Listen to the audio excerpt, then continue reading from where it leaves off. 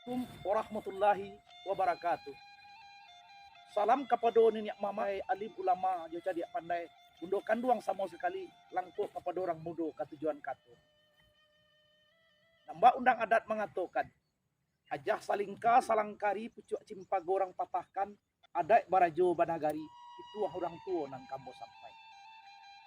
Apalah bunyi pituah nantu ialah tantangan pemanfaatan waktu menurut adai alam Minangkabau. Sebagaimana kita ketahui bahwa waktu adalah nan sangat berharga dan tidak terbanding dengan harga apapun.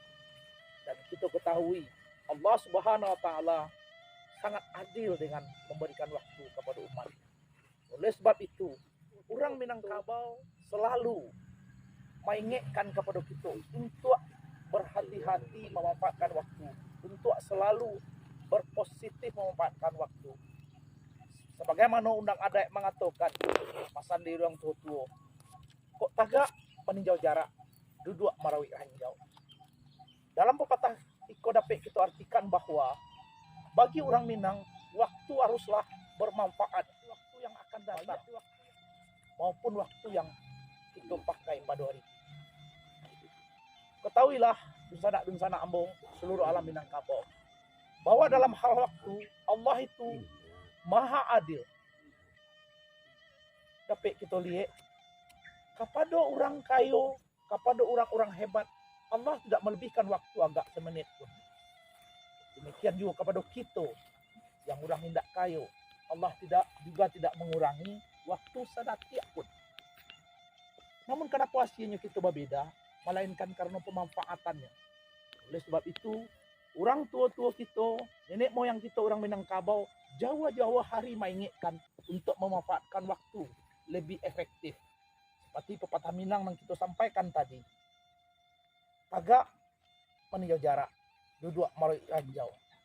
Dua pasan-pasan lain yang disampaikan sesuai dengan adat Minang. Hari sehari di Patigo, malam semalam di Parampe. Yang artinya dapat kita maknai bahwa waktu tidak boleh dibuang-buang. Waktu haruslah bermanfaat. Karena waktu itu sadatik tidak bisa kita mundurkan, semenit tidak bisa kita majukan.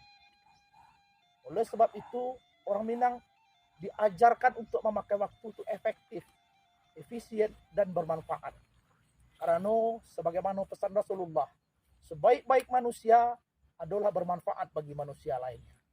Tentunya, kalau kita tidak efektif memakai waktu, pesan Rasulullah tersebut tidak bisa kita wujudkan, yaitu untuk bermanfaat kepada orang lain. Oleh sebab itu, melalui program ini, izinkan kami memasankan bapituah kepada seluruh generasi muda Minangkabau. Jangan baleha-leha tentang waktu. Jangan hanya hari habis di Palanta. Jangan hanya hari habis memacik HP. Namun pergunakanlah waktu dengan baik. Susun rencana dan kamuko. Itu barangkali setantangan dengan tagak marawik ranjau.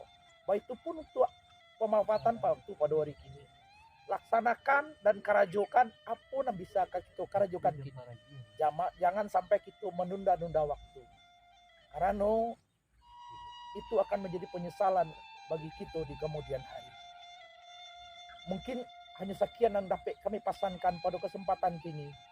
Pisau sirawi panjang ulu, kasih di luang lantai, ambo sabui sadonan tahu, nan tinggal untuk enam pandai.